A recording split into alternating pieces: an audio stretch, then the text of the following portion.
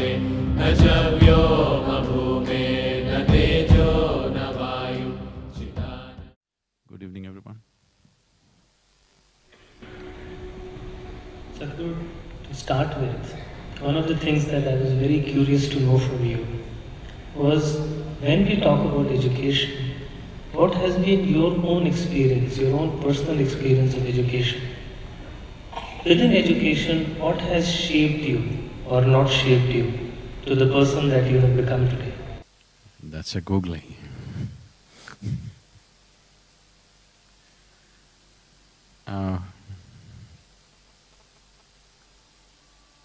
There are no children, so I think I can share.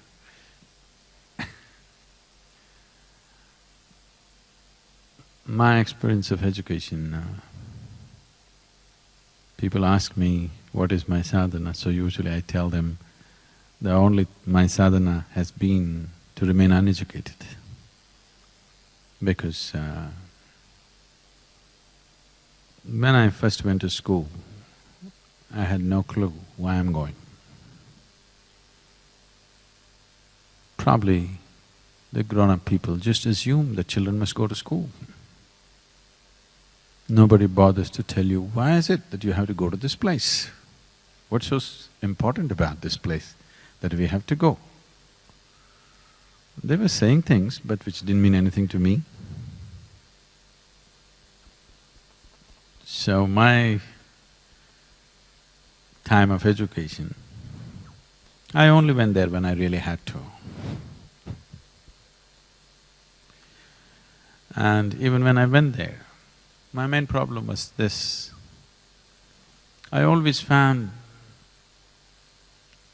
people were talking about things that were not important to them. I have always maintained this in my life. It doesn't matter what rubbish somebody is speaking. If it means something to them, I will listen absolutely. Whatever nonsense it may be, but it means something to that person, I'm willing to listen. If it does not mean anything to the person who is speaking, I don't understand why I should listen. And I always found in the school, teachers were talking about something that doesn't mean anything to them, so my ears were never there with them. So, the less said about my education, better. And when I was about 17, I decided I will educate myself because it didn't make sense to go to college. And it's not like today, these ideas of sabbatical, this, that, did not exist. You're racing to become a doctor. If you cannot, you become an engineer. There's only two things that are there. So when I passed at that time it was called PUC, the 12th standard, and I said, I'm not going to college. The horror that happened in the family is unbelievable. Then I thought, okay, the good thing would have been I should have failed. Because I passed and I say I'm not going to university, there was such shock and such… as if tragedy has struck the family. I couldn't believe what they was getting so upset about because anyway I was not learning anything. I was just going, coming and just getting passing marks and going on. So this 1 year I spent in the university… Mysore University has a great library. I spent my time 1 whole year. Every day when the library opened at 9 o'clock in the morning, I was there. They closed at 8 in the evening, they had to push me out. This 1 year, I just read just about anything, science, history, geography, literature, just about anything. From popular mechanics to Homer, I read just about whatever came my way. This 1 whole year,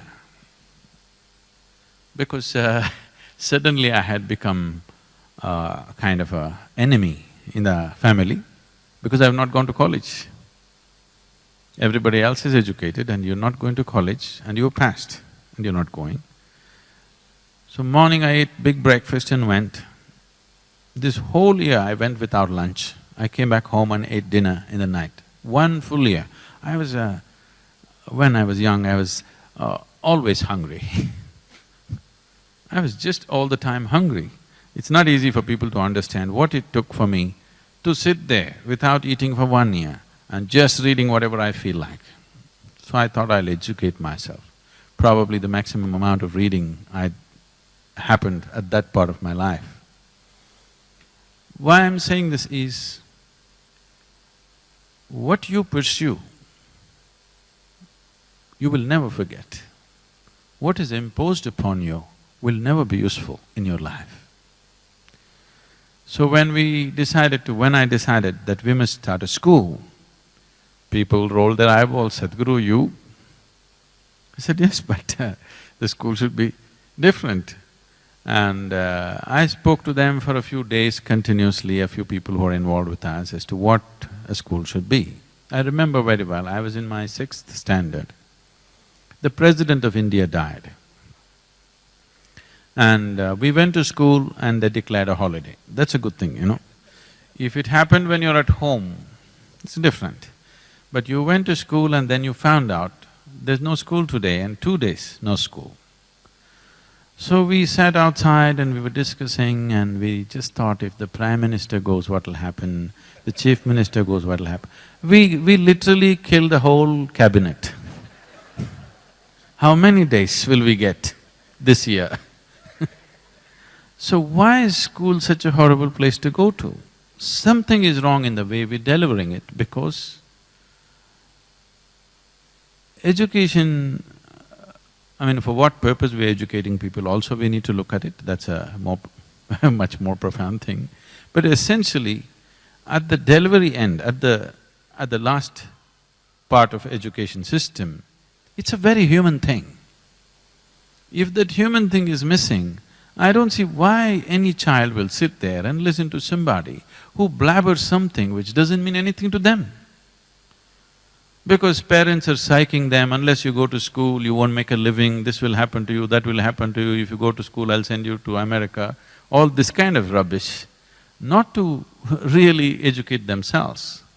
So when we started the school, when I spoke to them about how school should be, then our teachers asked Sadhguru, this is a tall vision, how do we know that we are even fulfilling it? I said, see, this is a residential school. I said, 4 months they stay with us. At the end of 4 months, when they're going home for their vacation, if children are crying to go home, that means you're doing well. If they're crying to come back to school, that means we're not doing well. You won't believe, today you will see this in Isha Home School. When they're leaving, they're crying. Before the vacation is over, 8 days, 10 days before the vacation is over, children are back setting up the school. So that's good, they're enjoying their schooling process. Because if that doesn't happen, how? Why are we torturing our children like this? For what end? What purpose? Bharatam Mahabharatam Dharma Adharma Sangharshanam Pakshi Prani Manava Chadeva Dharma Adharma Panchalika